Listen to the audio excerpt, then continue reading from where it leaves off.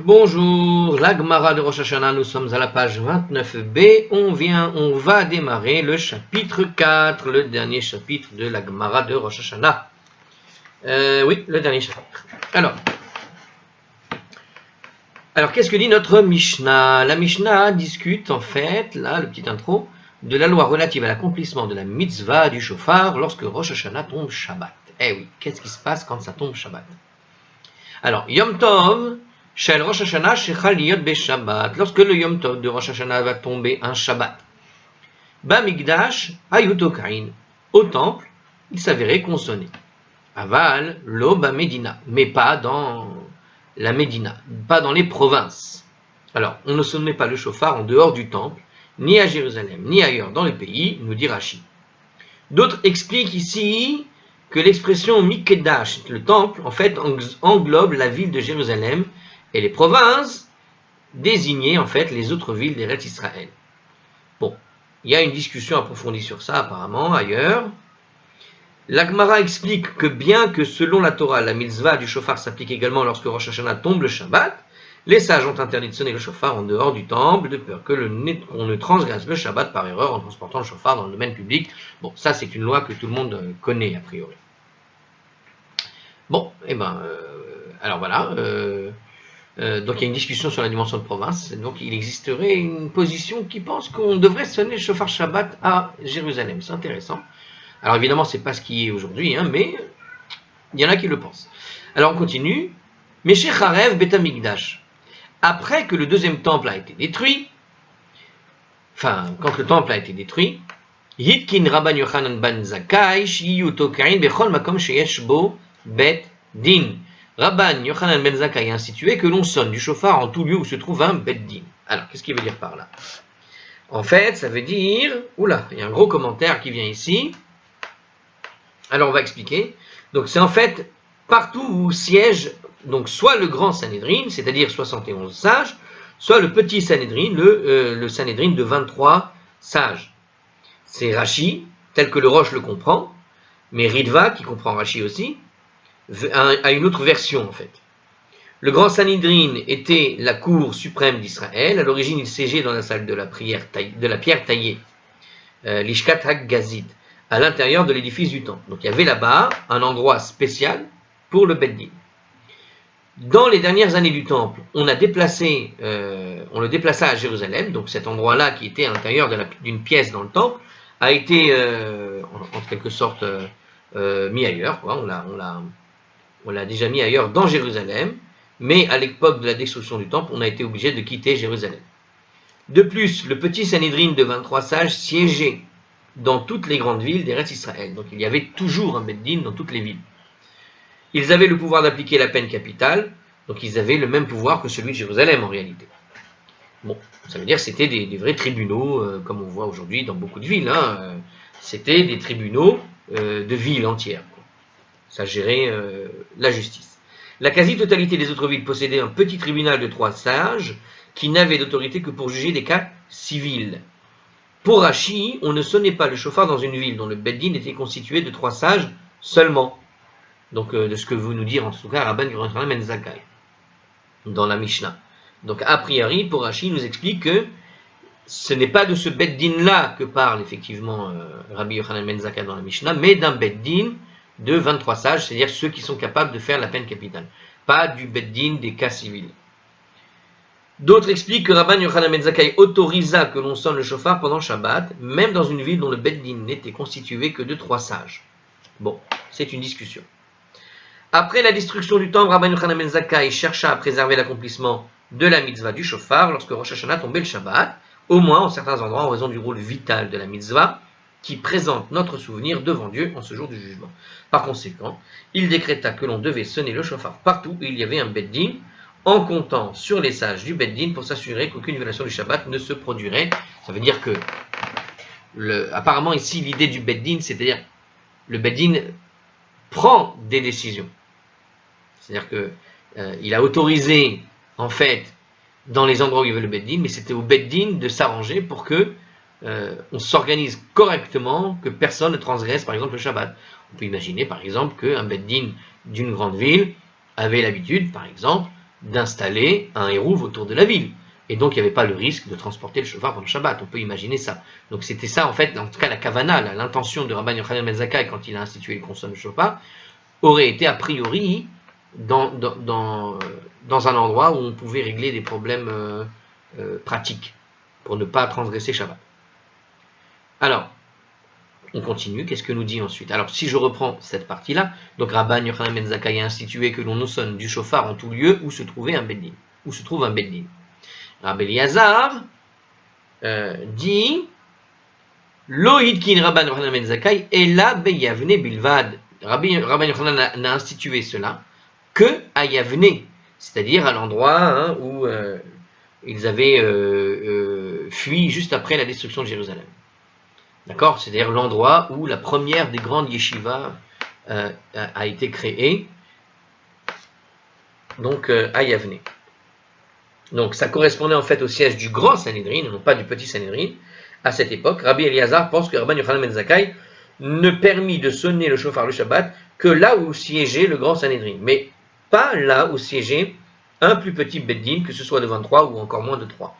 À l'époque de la destruction, le Sanhédrin fut exilé de Jérusalem à Sanhédrin.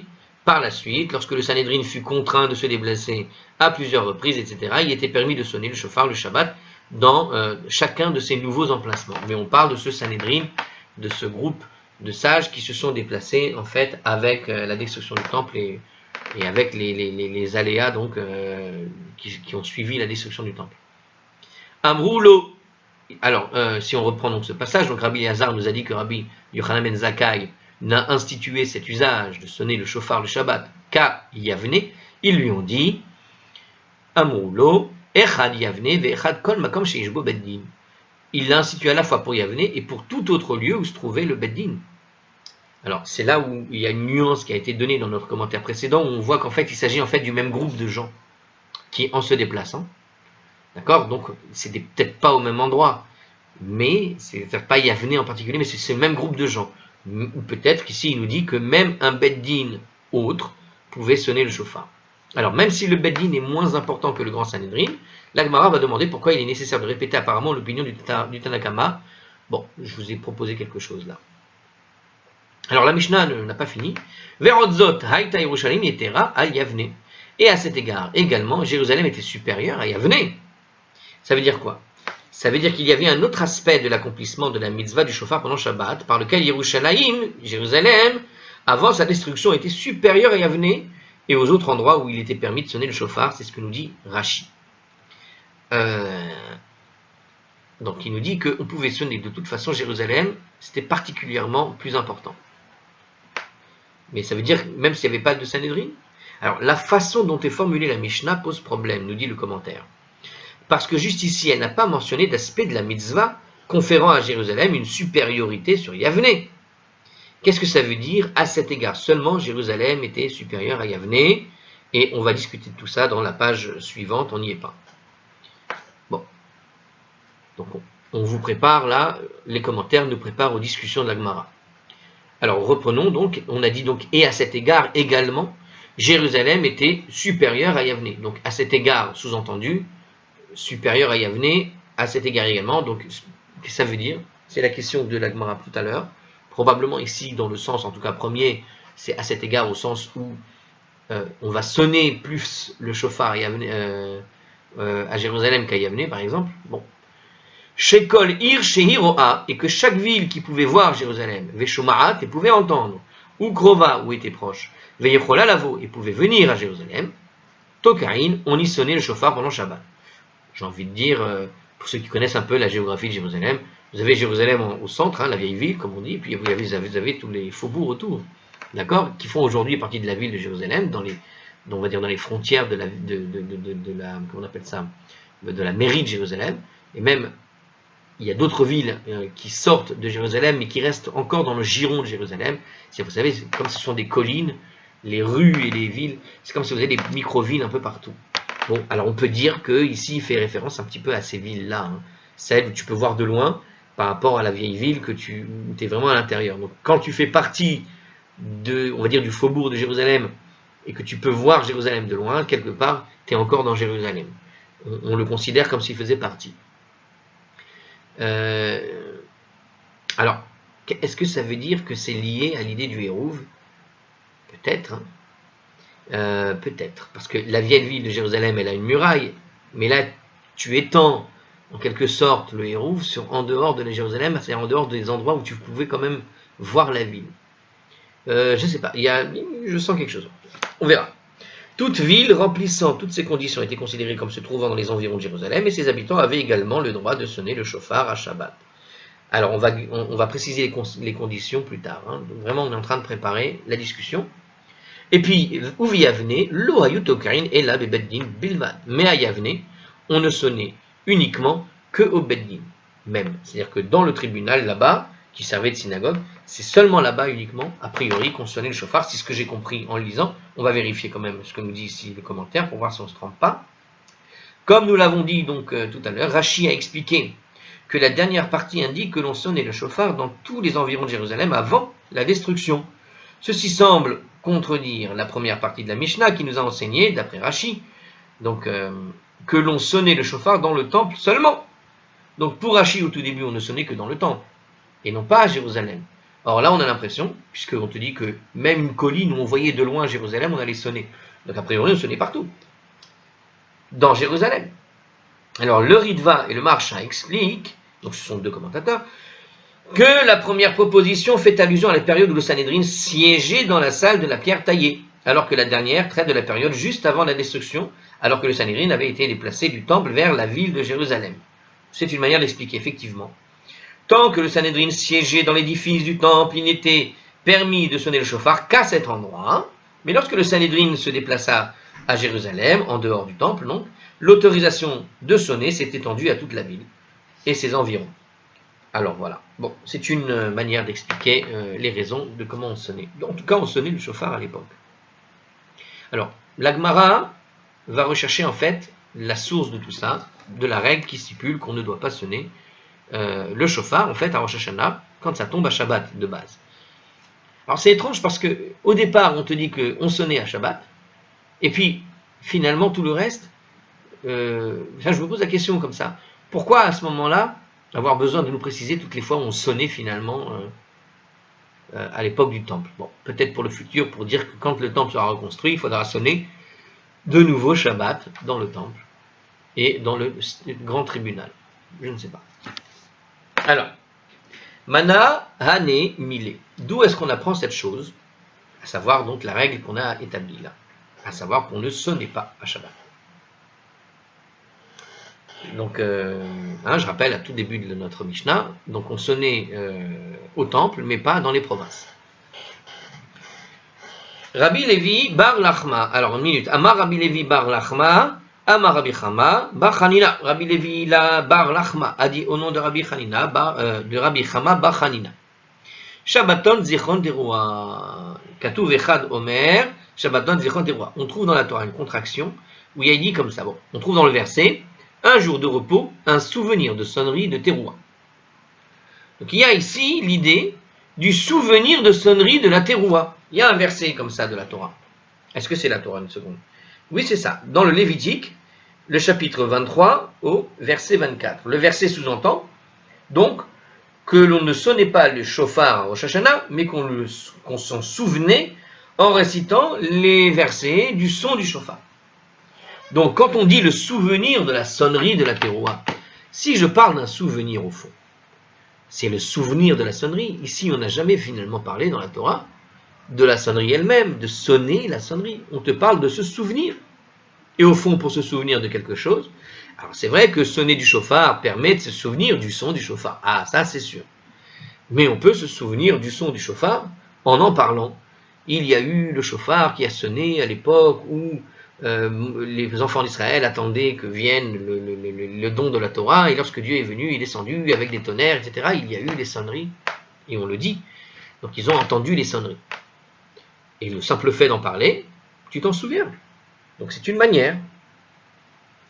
Donc on pouvait finalement faire la mitzvah du shofar rien qu'en citant les versets de la Torah qui nous parlent de cette sonnerie de teroua qui a été entendue donc dans la Torah. Ok? Donc Zichron Teruah, comme c'est écrit.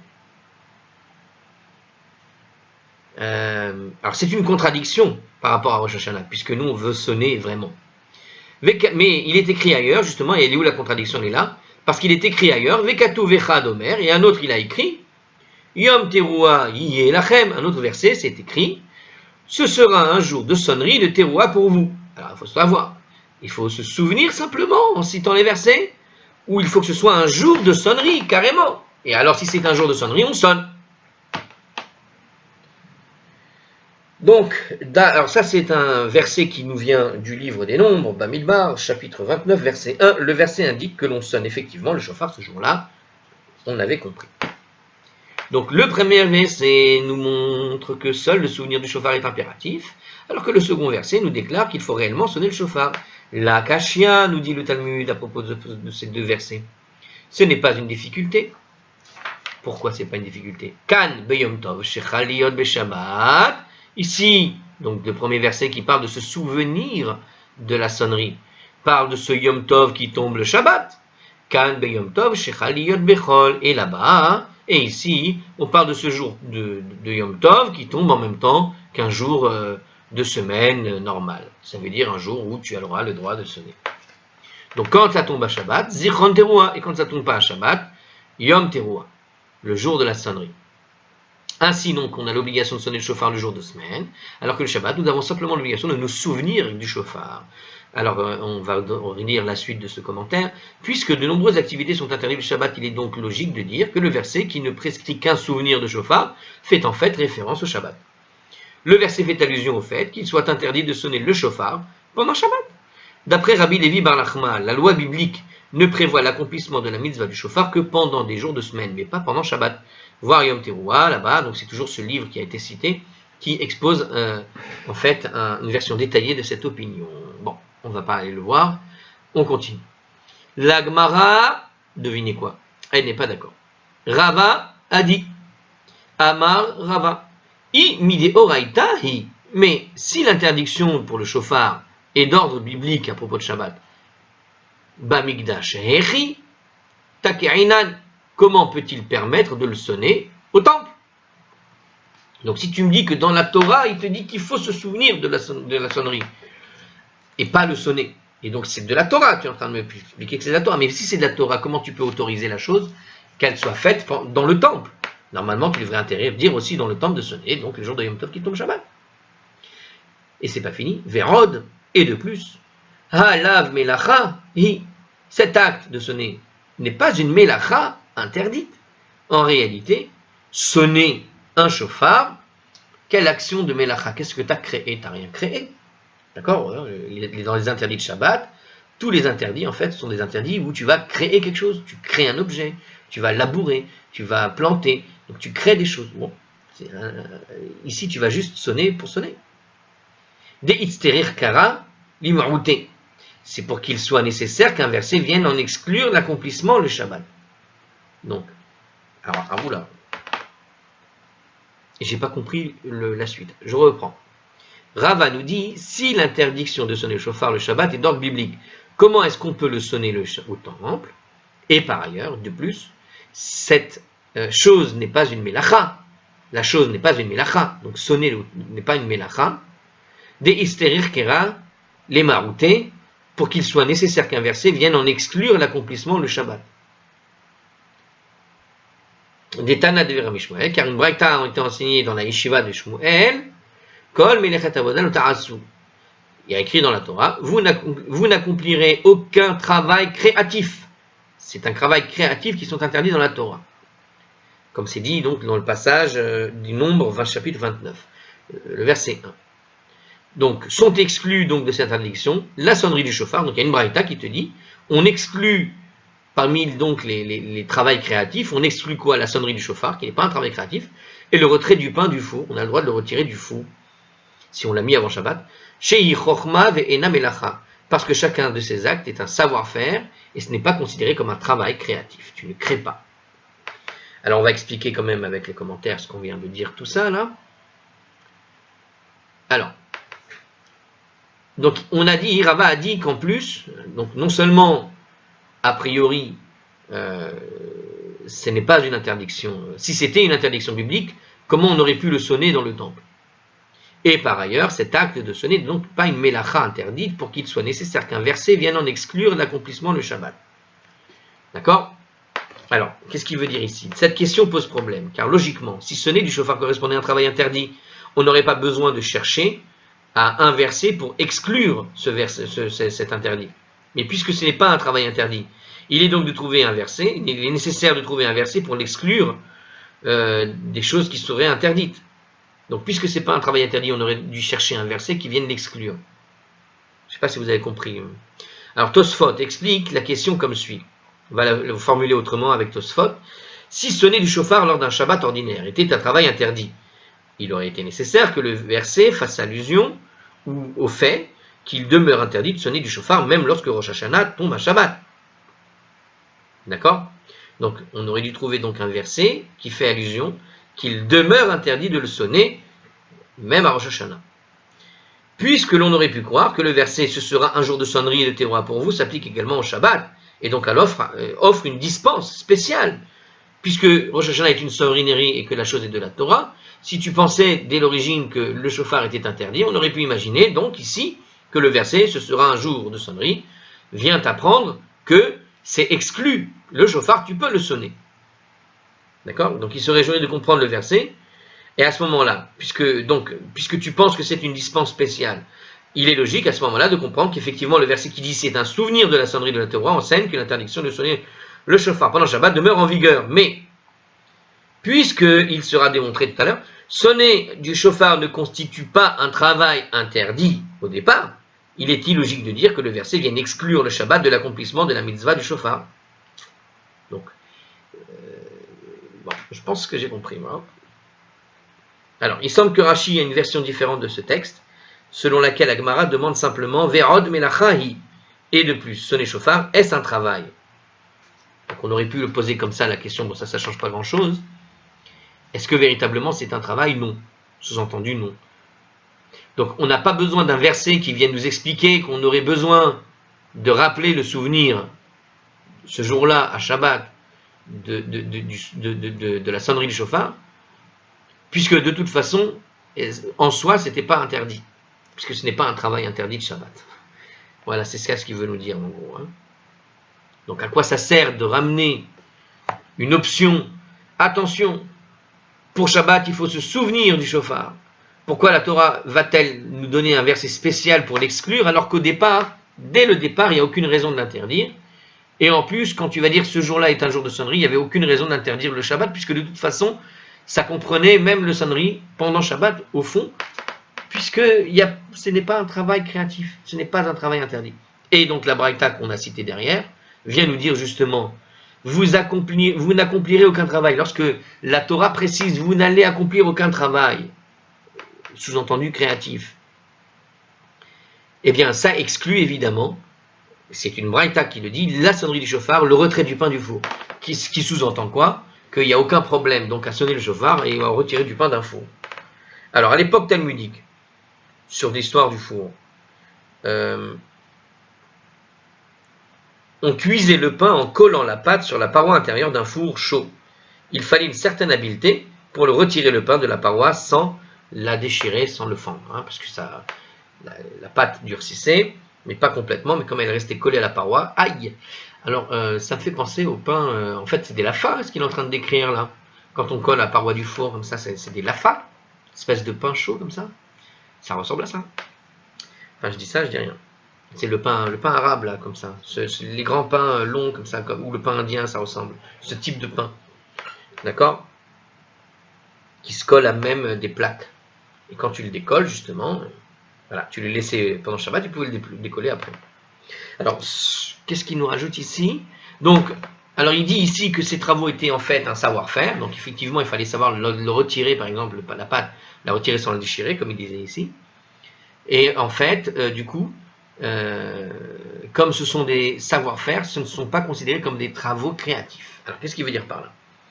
Seules les activités classées en tant que travail sont des travaux créatifs sont interdits par la Torah le Shabbat et les jours de fête. La Braïta enseigne que sonner du chauffard, retirer le pain du paroi d'un four ne sont pas considérés comme des travaux créatifs. Et ces activités ne sont donc pas interdites par la Torah. Voilà. Tu ne crées pas particulièrement quelque chose. D'accord? Tu ne crées pas une forme en retirant ton four. Tu veux lui maintenir sa forme, j'ai envie de dire. Pardon. Alors, comment peut-on dire donc que le verset en souvenir établisse une restriction d'ordre biblique interdisant de sonner le chauffard le Shabbat? Ça paraît bizarre. Donc, on continue sur cette question. Alors, selon une opinion, il existe une interdiction d'ordre rabbinique de sonner librement le chauffard pendant Shabbat ou Yom Tov. Parce que ceci demande une certaine compétence, en fait. Toutefois, cette interdiction rabbinique ne s'applique certainement pas à un chauffard de Rosh Hashanah, même lorsque celui-ci tombe à Shabbat.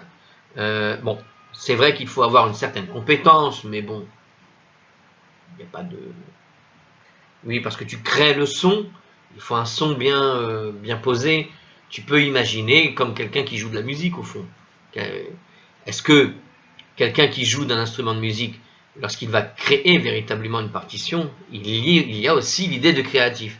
Mais j'ai l'impression que quand on parle d'un travail créatif, c'est jamais vraiment d'un point de vue intellectuel. C'est surtout matériel que ça se passe. Quand tu crées quelque chose au niveau, dans le sens de fabriquer quelque chose, toujours.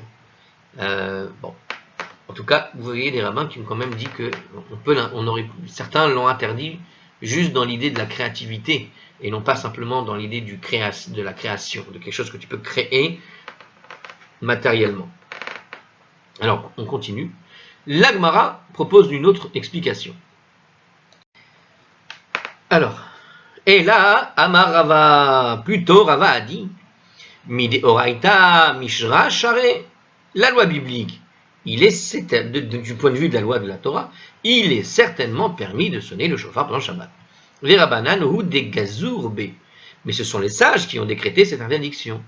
Keid Rabba, conformément à ce qu'a dit Rabba, pardon, de Amar Rabba, car Rabba a dit, Hakol chayavin bitkiat shofar. Tout le monde a l'obligation de sonner le chauffard. Ve'en hakol bekirin bitkiat shofar. Mais tout le monde n'est pas expert pour sonner le chauffard. Gezira shema yitelenu beyado ve'yelech etzel abaki lilmod. Et c'est pourquoi le sage ont émis un décret qui interdit l'utilisation du chauffard pendant Shabbat. Alors il dit comme ça, donc il y a eu un décret de peur que quelqu'un ne prenne un chauffard en main et n'aille chez un expert pour apprendre à le sonner.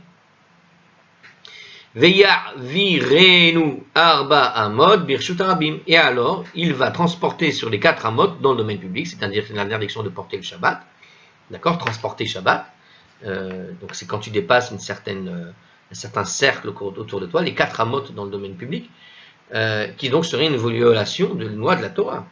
Alors, petit rappel, puisqu'il est obligé de sonner le chauffard dans son agitation précédant l'accomplissement de la mitzvah, il pourrait s'oublier et transporter le chauffard dans le domaine public. Les sages ont le pouvoir de suspendre des commandements bibliques positifs afin de préserver l'observance générale de la Torah. Puisque l'interdiction de sonner le chauffard pendant Shabbat est d'ordre rabbinique, elle ne s'appliquait pas au temple en vertu de la règle selon laquelle En Shevut Bamikdash, les barrières rabbiniques ne s'appliquent pas dans le temple. Il semble y avoir une autre raison au décret. Quelqu'un pourrait transporter le chauffard par erreur du domaine privé au domaine public, ce qui est également interdit par la Torah. Cependant, la Gemara ne considère pas que cette crainte soit suffisamment importante pour entraîner l'établissement de ce décret. Les limites entre le domaine privé et public étant généralement claires, il est peu probable que des gens commettent cette erreur de transporter du domaine privé au public. Bon, donc la vraie raison, c'est qu'il y a des gens, avec une bonne intention, vont utiliser le chauffard, c'est ce qu'on dit en général d'ailleurs, il va vouloir venir avec son chauffard pour montrer ce qu'il sait faire ou pour apprendre comment le faire, et donc voilà, c'est ce qui pose problème. Vehayin ou ta'amad et lulav. Mais à ce moment-là, et ceci est la même raison que pour le lulav. Pourquoi on ne prend pas de lulav à Sukkot quand il tombe Shabbat? Pour cette la même raison. Chacun va prendre son lulav et venir avec. Vehayin ou ta'amad et Megillah. Et pourquoi est-ce que c'est aussi la raison, dans le cas de la Megillah, à savoir qu'on a interdit de transporter une Megillah Shabbat, donc on ne lisait pas Shabbat. Alors la Mishnah et la Gemara à propos de Sukkot enseignent, donc dans la Gemara de Soukha 42b et 44a, enseignent que les sages ont interdit de prendre un loulav en main pendant le Shabbat de Sukkot, de peur que quelqu'un n'apporte son loulav à un expert afin d'apprendre les lois du balancement du loulav et le transporte alors sur 4 amotes dans le domaine public. Toutefois, il est à noter que les sages n'ont pas permis de prendre le loulav en présence d'un beddin comme ils l'ont fait pour le chauffard. Ils ont été plus indulgents vis-à-vis du chauffard, de par son rôle majeur de présenter notre souvenir devant Dieu lors du jour du jugement. C'est une bonne question, effectivement. J'avais été bien convaincu par le loulav, mais j'avais du coup oublié que notre Mishnah nous dit qu'a priori, Rabbi Yochanan ben Zakkai autorisait de sonner le chauffard là où il y avait des rabbanim, là où il y avait le tribunal, le Sanhedrin. Donc c'est quand même étrange. Donc c'est pas tout à fait la même chose. Bon, continuons. Mais en tout cas, il donne la même raison en fait. Mais alors pourquoi il l'autorise dans le Beddin? Parce qu'on considère que ceux qui appartiennent au Beddin feront attention de ne jamais transgresser Shabbat. Alors peut-être, sûrement. Alors, Ve'inu Tarma des Megillah, donc c'est la même raison pour la Megillah. La Mishnah, dans le traité de Megillah, la page 2a, c'est-à-dire au tout début, enseigne que lorsque Purim tombe Shabbat, on lit le livre d'Esther plus tôt, c'est-à-dire le jeudi, voire soit le jeudi, soit le vendredi. L'Agmara, là-bas, à la page 4b, explique que cette loi a été instituée afin d'éviter que quelqu'un, voulant consulter un expert pour apprendre à lire la Megillah, le transporte sur 4 amotes dans le domaine public, c'est-à-dire la même raison qu'on a donnée pour le chauffard et pour le loulav, c'est-à-dire des gens qui amènent leur propre Megillah, leur propre loulav à la synagogue, pour montrer à quelqu'un qui sait, et puisqu'il sait, il va me montrer comment faire, comment ci, comment ça. Voilà les raisons des choses. La Mishnah, si l'on continue, disait la chose suivante. Alors, Meshech Harev Bet Hamikdash. Alors, attendez une seconde, je vois. Ouais, vous savez quoi? On va s'arrêter là. Et je vous dis à la prochaine. Petite vidéo pour aujourd'hui. On a bien démarré. Page 29b. Salut.